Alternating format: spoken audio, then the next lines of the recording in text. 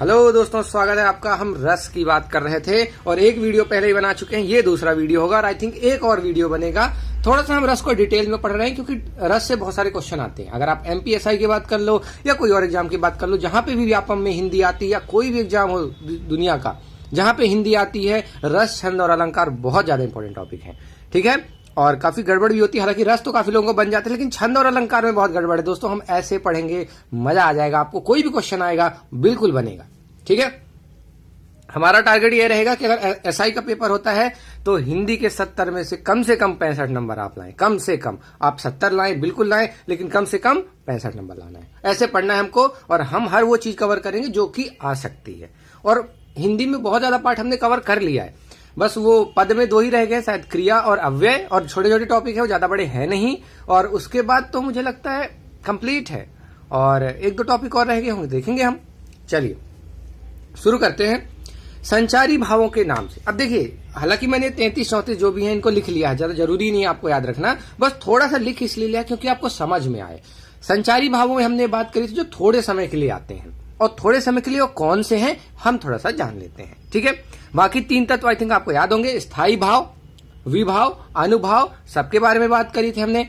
आलंबन विभाव, उद्दीपन विभाव, आश्रय लंबन, विषय लंबन, सामने वाला बंदा और अपना बंदा किस पे आश्रय आता है, किस पे विषय आता है, सब बात हम कर चुके हैं। ठीक है, अब हम बात करें संचारी भावों की। तो हर्ष, खुशी थोड़ी देर के लिए आती है। बहुत एग्जाम्पल आपने सुना होगा कि 2-4 दिन की चांदनी फिर अंधेरी रात, ये वही है। हर्ष क्या है, देखो एक्चुअली में एक चीज होती है, हर्ष और शोक दोनों एक दूसरे को उल्टे होते हैं। खुशी भी होती है, दुख भी होता है, लेकिन खुशी याद नहीं रहती हमको, दुख हमेशा याद रहता है। क्यों?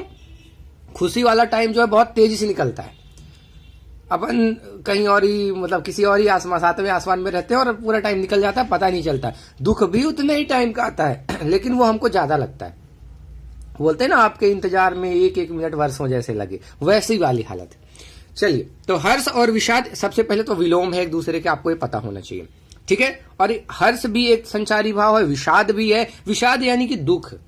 ठीक, त्रास, त्रास भी एक चीज है जिसको हम बोलते हैं भय या व्याग्रता, मतलब डर लग जाना किसी चीज से, तो वो सारी आते हैं त्रास में।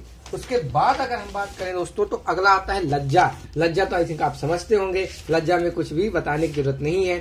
थोड़ी देर के लिए शर्माना, शर्माना वही चीज है। कभी कभी थोड़ी देर के लिए ही हम शर्माते हैं, लेकिन शर्माते तो हैं। उसके बाद ग्लानि की अगर बात करें, ग्लानि होता है दोस्तों एक तरह से जब पछतावा होता है। कई बार ऐसा होता है कि हम कुछ कर जाते हैं और बाद में हमको लगता है अरे यार हमको नहीं करना चाहिए था, तो एक ग्लानि की भावना आती है।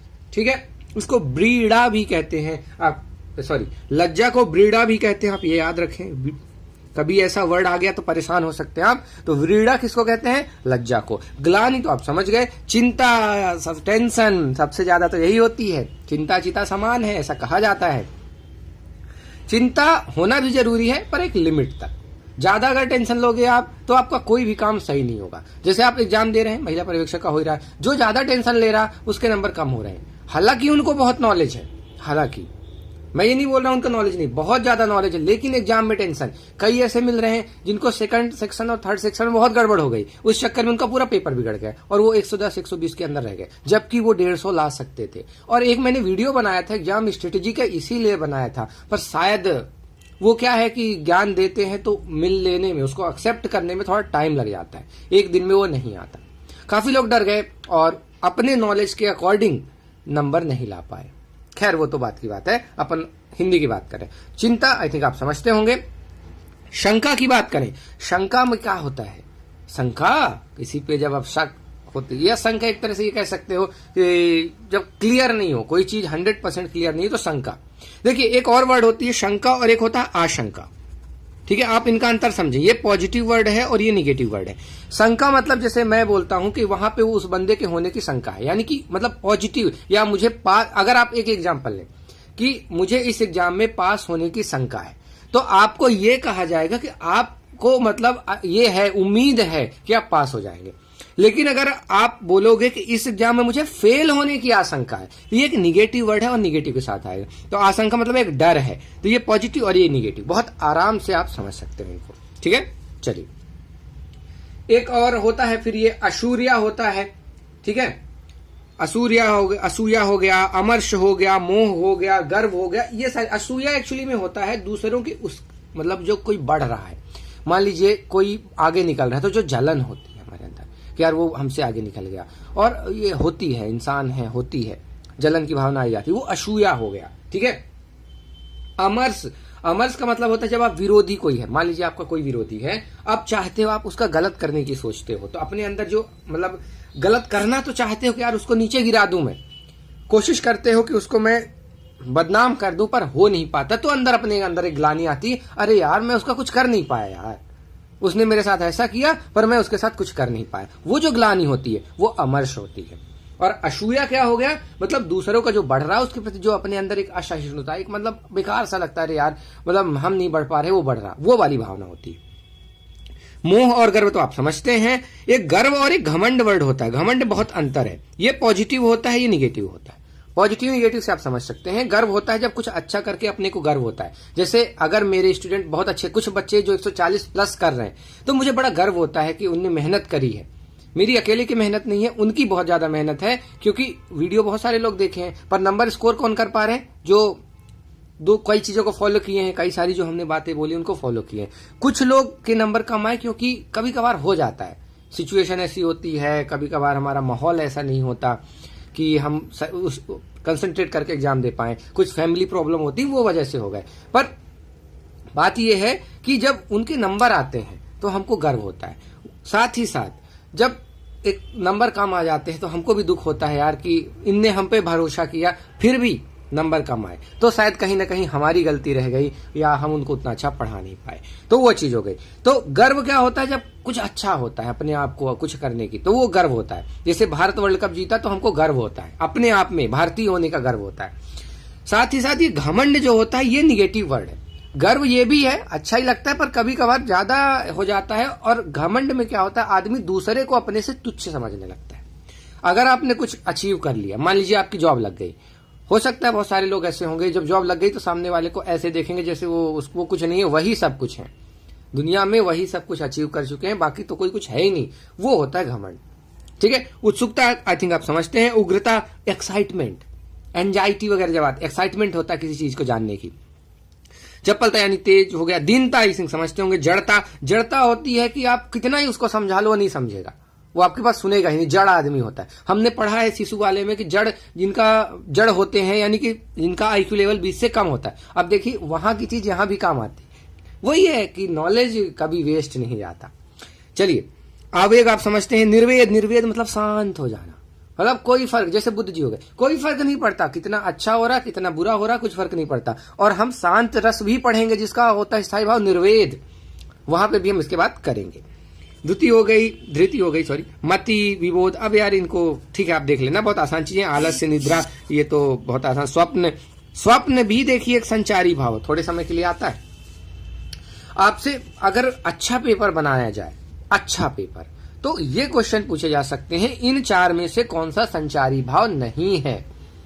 इसलिए मैंने 33 पूरे लिख दिए थे कि शायद अच्छा पेपर बनाने वाला बंदा मिल जाए आपको, और मैं उम्मीद करूंगा जरूर मिले। ठीक है, क्योंकि मजा तो तभी आता है।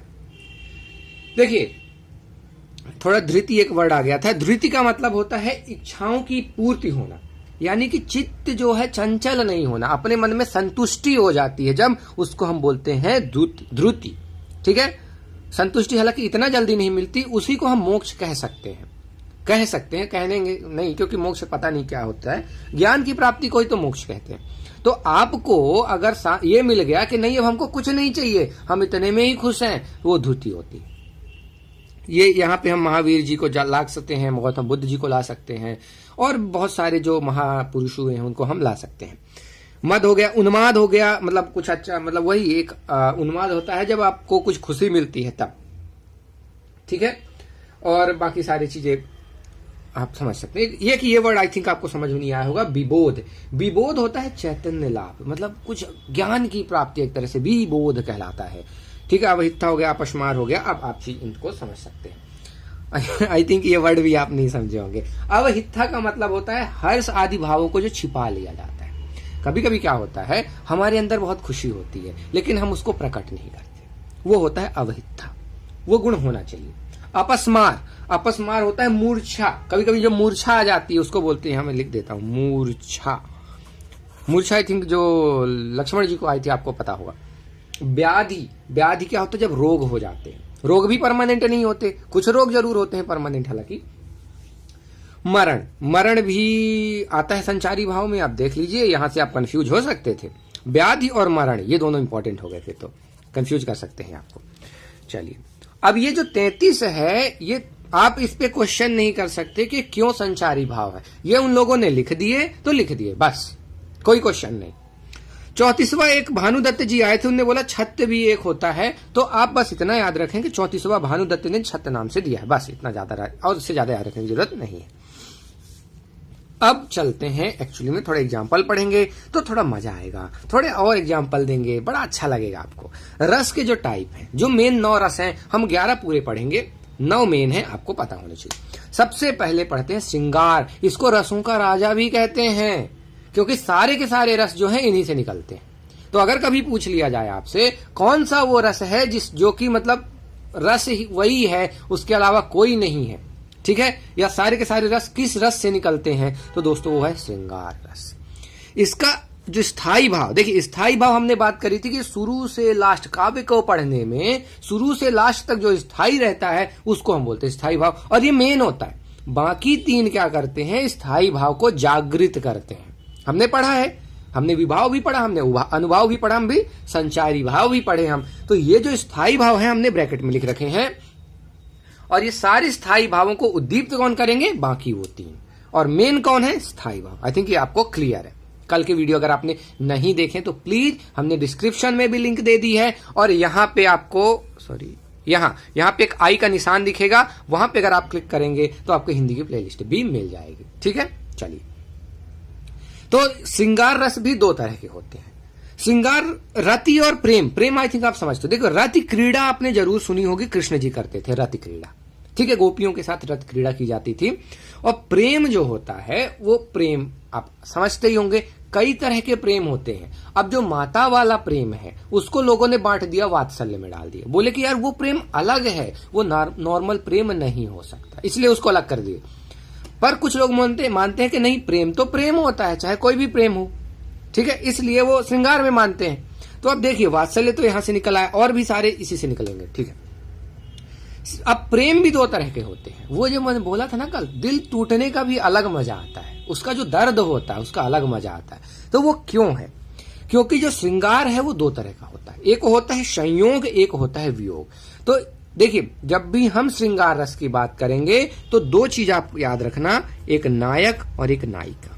कहने का मतलब है एक लड़का और एक लड़की होगी हमेशा, और हमेशा दोनों लड़के नहीं हो सकते या दोनों लड़कियां नहीं हो सकती, भले कोई जमाने में कुछ भी चल रहा हो, श्रृंगार रस वहां नहीं हो सकता, ठीक है। तो लड़का और एक लड़की, और करुण रस भी आएगा, देखना थोड़ा हम बात करेंगे उस पर भी। देखिए, वियोग श्रृंगार रस और करुण रस में कभी कभी कंफ्यूजन हो जाता है, हम बिल्कुल बात करेंगे कैसे आता है और सब क्लियर। तो जब भी श्रृंगार रस की बात करेंगे तो नायक और नायिका की बात होगी, कोई भी और बात नहीं होगी, ठीक है। अब देखिए, संयोग में क्या होगा कि नायक और नायिका मिल रहे होंगे, और वियोग में क्या होगा? अलग हो रहे होंगे, बस इतना सा अंतर है। देखिए, इसको संभोग श्रृंगार भी कहते हैं। आई थिंक इस वर्ड का मतलब आप जरूर जानते होंगे। क्यों? क्योंकि जब प्यार होता है और मिलते हैं तो लास्ट क्या होता है? अंत कहां होता है? यही। इसलिए इसको संयोग को संभोग रस भी मतलब श्रृंगार भी कहा जाता है। वियोग श्रृंगार को दोस्तों विप्रलंभ श्रृंगार भी कहते हैं। ये दोनों नाम आपको बहुत अच्छे से याद होने चाहिए, और हिंदी दोस्तों आपको बहुत ही अच्छे से समझनी है, क्योंकि एक भी क्वेश्चन गलत नहीं करना है। संयोग में क्या है? संभोग भी बोलते हैं, और वियोग को क्या है? विप्रलंभ भी बोलते हैं। ये आपसे पूछा जा सकता है। कभी कभी मैंने पेपर में ये भी देखा है कि आपको एक एग्जाम्पल दे दिया जाएगा और पूछा जाएगा इसमें कौन सा रस है, और ऑप्शन आपको मिलेंगे संयोग श्रृंगार रस, विप्रलंभ, उसके बाद 2 और हास्य दे देगा, एक और कोई दे देगा। तो अब आपको अगर विप्रलंभ पता नहीं कि वियोग होता है तो आप नहीं कर पाओगे। भले आप एग्जाम्पल समझ गए कि यहां वियोग है, पर आप कर नहीं पाओगे। तो वहां क्या काम आएगा? Option elimination. बाकी 3 हटा दो, चौथा विप्रलंभ ही बचेगा। हम तो हर बार वही करते हैं। आपने अगर हमारे एमसीक्यू वाले वीडियो देखे होंगे तो आपको जरूर पता होगा। और दोस्तों हिंदी में भी हम खूब सारे करेंगे, एक बार सिलेबस कंप्लीट हो जाए, जितने हिंदी के पेपर व्यापम के हम सब सॉल्व करेंगे बहुत अच्छे से। चलिए अब थोड़ा एग्जाम्पल की बात आ जाती है। बतरस लालच लाल की मुरली धरी लुकाए, सौह करें भौहनी हंसें दे कहें नटी जाए। अब अगर इसको आप समझें तो क्या बात हो रही है, बिहारी जी ने लिखा है। और बिहारी जी को आपको याद रखना है कि इनने जितनी भी कविताएं करी हैं संयोग श्रृंगार में ही करी हैं। इनने प्यार दिखाया है, बिछड़ना नहीं सिखाया है ना दिखाया है अपने उसमें, पूरे का पूरा प्यार पे चलता है इनका।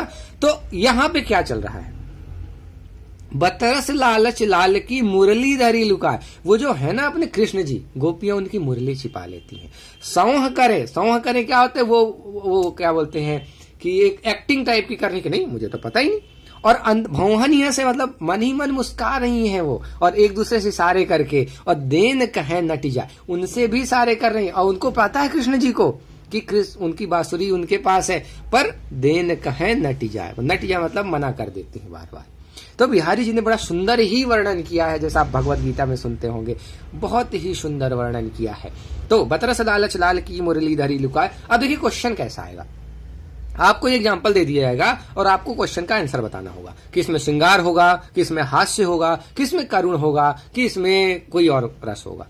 तो आपको करना ये है कि बाकी 3 एलिमिनेट कर दो, चौथा हमारा आंसर। और हिंदी में आपको यही करना है, आपको ऑप्शन कभी सेलेक्ट नहीं करना है।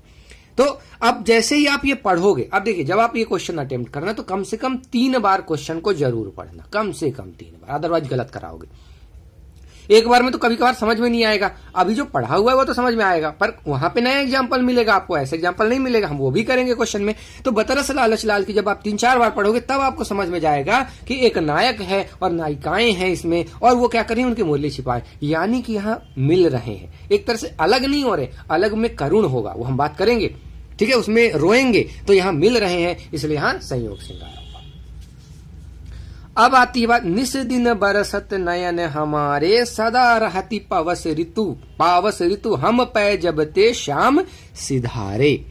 क्या बोल रहे हैं कि निस दिन बरसत नयन हमारे, रोज हमारे नयनों से अश्रु की वर्षा हो रही है। सदा रहती पावस ऋतु मतलब बरसात ऋतु चलती ही जा रही है, हम पे जब ते श्याम सिधारे, जब से श्याम यहां से चले गए। ये एक्चुअली में गोपियां ही बोल रही हैं, और किसको बोल रही हैं, उद्धव जी को। आपने अगर वो कहानी सुनी हो, उद्धव जाते हैं कृष्ण की लेके पूरा इंफॉर्मेशन, तो उनसे हम बोलती हैं, उनको काफी बोलती हैं, तो वहां बोल रही, निस दिन बरसत नयन हमारे, सदा रहती पावस ऋतु, सदा मतलब आंखों से वर्षा हो रही है, बरसात ऋतु हो रही है, हम पे जब ते श्याम सिधारे, जब से श्याम यहां से चले गए। श्याम यानी श्री कृष्ण। आपको करना क्या पड़ेगा, क्वेश्चन को समझना पड़ेगा, सेंस, उसके बाद ही आप बता पाओगे। चूंकि ये रो रहे हैं और यहाँ किसकी बात हो रही है, नायक और नायिकाओं की, इसलिए यहाँ वियोग श्रृंगार होगा, लेकिन करुण रस भी होता है। वहां अगर नायक और नायिकाओं की बात नहीं हो रही तो वहां करुण रस हो जाता। हम जब करुण पढ़ेंगे तब एक एग्जाम्पल देखेंगे, हमको क्लियर हो जाएगा, ठीक है। चलिए, उम्मीद आपको पसंद आ रहा होगा, मजा आ रहा होगा, मेरे को बहुत मजा आ रहा है अभी पढ़ाने में। अब आते हैं हास्य रस पे। आई थिंक इसमें तो कोई डाउट ही नहीं होना चाहिए, सबको बनना चाहिए। तंबूरा ले मंच पर बैठे प्रेम प्रताप, साज मिले 15 मिनट घंटा भर आलाप राग में मारे गोता, धीरे धीरे खिसक चुके थे सारे श्रोता। अब वो इतना ही आलाप ले लिए कि सारे श्रोता ही भाग गए। तो आपको पढ़ के थोड़ी सी हंसी आ जाएगी, हास्य रस। अच्छा दोस्तों, एक चीज और देखें, जितने भी रस है ना, आप अगर फिल्मों के गानों में देखें आपको सब मिलेंगे। कई बार आपने एक गाना सुना होगा, एक चतुर नार करके श्रृंगार, वो हास्य रस का गाना है। आप उसको देखेंगे तो हंसेंगे, बार बार हंसेंगे। अगर नहीं देखें तो जाइए यूट्यूब पे जरूर देखें, बहुत अच्छा गाना है, एक चतुर नार करके श्रृंगार मेरे मन के द्वार में बसत जात, तो वो वाले। तो संयोग श्रृंगार और वियोग श्रृंगार वाले गाने जब प्रेमी और प्रेमिका फिल्मों में मिलते हैं तो वहां संयोग होता है, जब बिछड़ जाते हैं तो वियोग होता है। और अच्छे से हम समझें, गजनी मूवी आपने देखी होगी, बिछड़ जाते हैं वे लोग, फाइनली वहां वियोग श्रृंगार है, ठीक है। और भी कई सारी मूवी है जिनमें वियोग श्रृंगार और संयोग, इन्हीं पे तो पूरी फिल्में बनती हैं यार। दिल टूट जाता है, फिर वो अलग हो जाता है और वियोग हो जाता है। और यहाँ पे एक और मूवी आई थी, आई थिंक बहुत सारी मूवी आई, आप देख लेना, ठीक है, समझ सकते हैं आप। हास्य एक चतुर नार आप जरूर देखें अगर आपने नहीं देखा है तो। करुण रस की अगर बात करें तो करुण रस क्या है? शोक, इसका स्थायी भाव। हास्य का देखिए हास है, हंसना। करुण पे आज हम खत्म करेंगे इस वीडियो को, उसके बाद अगले वीडियो पे कवर करेंगे। तो यहां बताना जरूरी करुण इसलिए क्योंकि हमने वियोग श्रृंगार की बात करी है। तो अब सुनिए, शोक बिकल सब रोवहि रानी, रूप सीलु बलु तेजु बखानी, करहि विलाप अनेक प्रकारा, परहि भूमि तल बारहि बारा। अब देखिए विलाप कर रहे हैं, सब रो रहे हैं। तो आप थोड़ा सा अगर सोचने की कोशिश करें तो यहाँ नायक और नायिका नहीं है कि किसी के बिछड़ने से रो रहे हैं, ये कुछ और रीजन से रो रहे हैं। कोई मर गया है, आई थिंक, उसकी वजह से राजा शायद मर गए हैं और सारी रानियां जो हैं वो रो रही हैं। तो ये वो वाला श्रृंगार नहीं होगा। श्रृंगार कहाँ होता है? बिछड़ने पे। जैसे यहां पे देखें, श्याम जब वहां से चले गए, बिछड़ गए, तो उस टाइम पे जो रोया गया उसको हम बोलेंगे दोस्तों श्रृंगार, और इस टाइम पे जो रोया गया इसको हम क्या बोलेंगे? सॉरी, इसको हम बोलेंगे करुण। चलिए ठीक है। तो शोक कभी आप 3-4 बार कम से कम जरूर पढ़ना क्वेश्चन अटेम्प्ट करने से पहले, नहीं तो गलती हो सकती। तो शोक विकल सब रोवहि रानी, जितनी भी रानियां हम रो रही हैं, रूप शीलु बलु तेजु बखानी, करहि विलाप अनेक प्रकार। अनेक प्रकार, आपने औरतों को रोते हुए देखा होगा, अगर कोई उनका मतलब परिजन कोई भी एक्सपायर कर जाता, किस तरह से वो रोते हैं। ठीक है, जो लड़के होते हैं, जो पुरुष होते हैं, वो भी रोते हैं, पर वो अंदर रोते हैं, वो शो नहीं करते हैं।